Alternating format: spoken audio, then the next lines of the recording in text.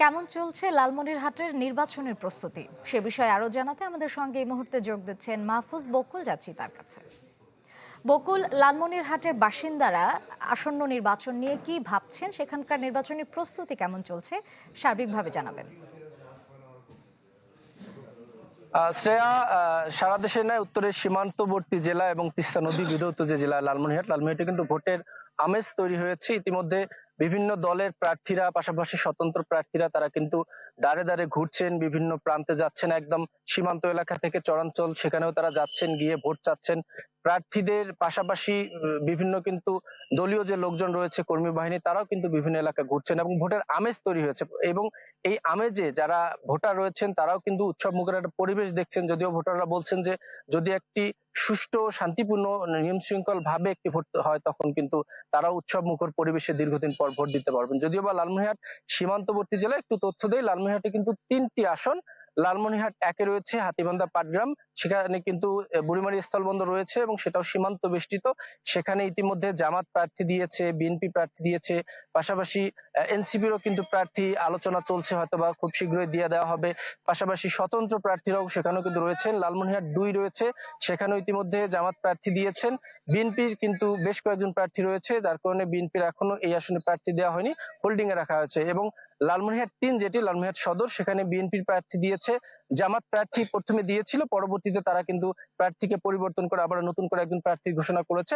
এবং পুরো জেলার যে ৩টি আসন, সব আসনেই কিন্তু একটি হাড্ডাহাড্ডি লড়াইয়ের একটি আসলে হিসেব নিকেশ করছে সাধারণ ভোটার থেকে শুরু করে বিশ্লেষকরা।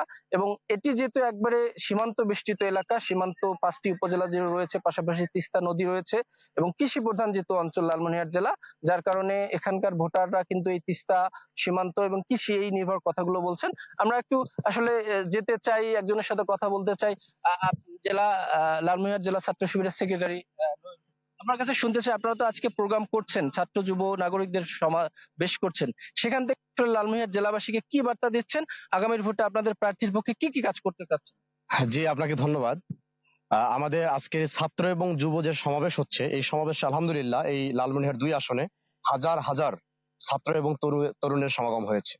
আমরা এখান থেকে যে বার্তাটা দিতে চাই, আপনারা অবগত আছেন, মিডিয়া কর্মীরা যারা আছেন সবাই অবগত আছে, এই বাংলাদেশে অন্তত নতুন ভোটার ৬ কোটি, যারা এখনো একবার গভর্নমেন্ট নির্বাচনে অংশগ্রহণ করতে পারেনি এবং ভোট দিতে পারেনি।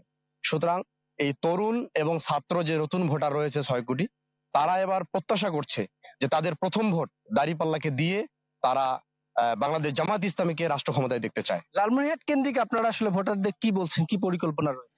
জি, আলহামদুলিল্লাহ, লালমনিরহাট জেলায় বিশেষ করে কর্মসংস্থানের সব থেকে বেশি অভাব এবং হাজার হাজার বেকার বেকার যুবক তরুণ, যারা জীবিকার তারুণ্যে তারা দেশ বিদেশে বিভিন্ন জায়গায় ছুটার পরেও তারা ভালো কর্মসংস্থান পাচ্ছে না। সুতরাং আমরা লালমনিরহাট থেকে মেসেজ দিতে চাই, আমাদের লালমনিরহাটে বিশেষ করে তরুণ এবং যুবকদের যে আত্মকর্মসংস্থান, এটাকে ডেভেলপ করার জন্য আমরা সেক্টর ভিত্তিক কাজ করব প্রত্যাশা করছি।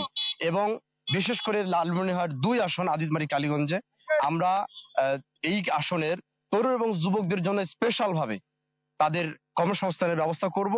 পাশাপাশি আমরা তাদের স্বাস্থ্য সেবা থেকে শুরু করে স্বাস্থ্য সেবা সহ তরুণদের কর্মসংস্থানের কথা বলছিলেন জেলা আসলে শিবিরের সেক্রেটারি। এখানে রয়েছে, আপনি তো যুব দলের রাজনীতির সাথে জড়িত রয়েছেন, আপনাদেরও প্রার্থী পুরো জেলায় রয়েছে।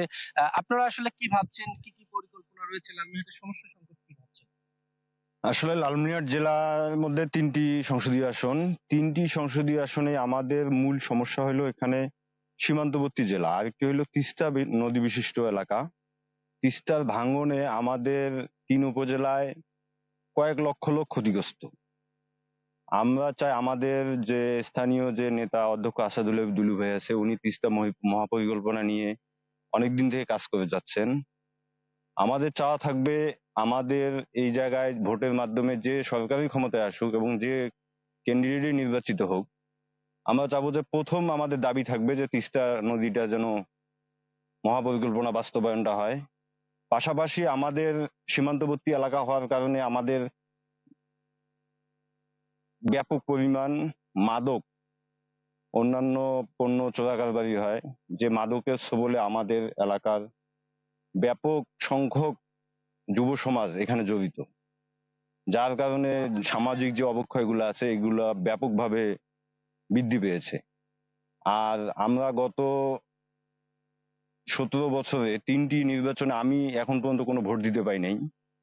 আমরা চাই যাতে এই আসনে, বিশেষ করে আদিমি কালিয়াগঞ্জ আসনে সঠিকভাবে ভোটটা হয়, নিরপেক্ষ ভোট হয়, এবং এই ভোটের মাধ্যমে জনসাধারণ যদি যাকে বেছে নিবে আমরা সেটাকে অভিনন্দন জানাবো।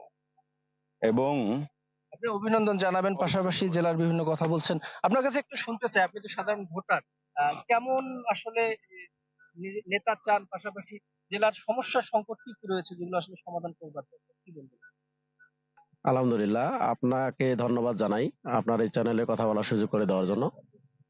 আমি যেটি বলবো, লালমনিরহাট জেলার প্রথমত সমস্যা তো হচ্ছে তিস্তা মহাপরিকল্পনা এবং শিক্ষার উন্নয়ন। আমাদের এই জেলা শিক্ষার দিক থেকে অনেক পিছিয়ে আছে। যিনি শিক্ষার্থী বান্ধব কাজ করবেন বা যে দল যে কাজ করবেন এবং বেকার সমস্যার সমাধানে যারা কাজ করবেন তারাই এ দেশ বিশেষ করে আগামী নেতৃত্বে আসবে বলে আমরা আশা করি।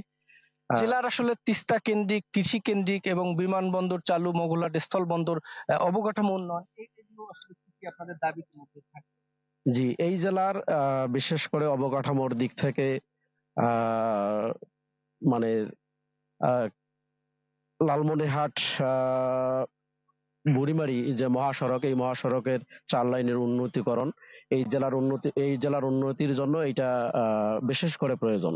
কারণ এই জেলা দিয়ে বিশেষ করে স্থলবন্দর থাকার কারণে ব্যাপক পরিমাণ মানে যানবাহন এখানে চলাচল করে, যার জন্য এই মহাসড়কটি উন্নতি করা, মানে 4 লাইনে উন্নতি করা খুব জরুরি। এছাড়াও কৃষি খাতে যাদের অবদান আমরা মনে করি যারা এই ব্যাপারে বেশি অ্যাক্টিভ তারাই ক্ষমতায় আসার দরকার। সেই সাথে বুড়িমারি স্থলবন্দর, মোগলহাট স্থলবন্দর উন্নতিকরণের জন্য কাজ করবে বলে আমরা দরকার আসলে। ভোটাররা যেমন বলছিলেন, বুড়িমারি স্থলবন্দর, মোগলহাট স্থলবন্দর চালুকরণ, বিমানবন্দর চালুকরণ, যেহেতু এখানে একদম কৃষি প্রধান একটি জেলা, কৃষির আসলে উন্নয়ন, যেমন এখানে এই শীত মৌসুমে কিন্তু প্রচুর শাকসবজি উৎপাদন হয়ে থাকে, কিন্তু এগুলো রাজধানীতে যায় না। এখানে অনেক সময় কৃষকরা কিন্তু ন্যায্য মূল্য সেটিও আসলে পায় না। পাশাপাশি বেশ কিছু অবকাঠামোগত দাবি রয়েছে এই অঞ্চলের মানুষের। এই অঞ্চলে আসলে শিল্প কলকারখানা থেকে শুরু করে তেমন কোনো প্রতিষ্ঠান, বড় ধরনের প্রতিষ্ঠান কিন্তু নেই। পাশাপাশি এখানে কিন্তু এই অঞ্চলের সাধারণ মানুষ প্রচুর পরিমাণে রাজধানী চট্টগ্রামে কিন্তু দিনমজুর খাটতে যান, গার্মেন্টস খাটতে যান। সেই লোকগুলোর জন্য যদি আসলে এখানে আগামীতে কোনো ধরনের কর্মসংস্থানের জায়গা তৈরি করা হয়, সেটিও আসলে এই এলাকার মানুষের একটি দাবি আগামী ভোটে আসলে কাজ করবে বলে মনে করছেন। মূর্ছনা, লালমেহের থেকে এই ছিল আমার কাছে সাধারণ মানুষের যে ভোটের চাওয়া, সেটি সবশেষ। ধন্যবাদ বকুল। দর্শক, নির্বাচনের প্রস্তুতি এবং ভোটারদের ভাবনা সম্পর্কে জানতে আমরা সরাসরি যুক্ত ছিলাম লালমনিরহাটে। Japan Bangladesh joint venture company JBS holdings limited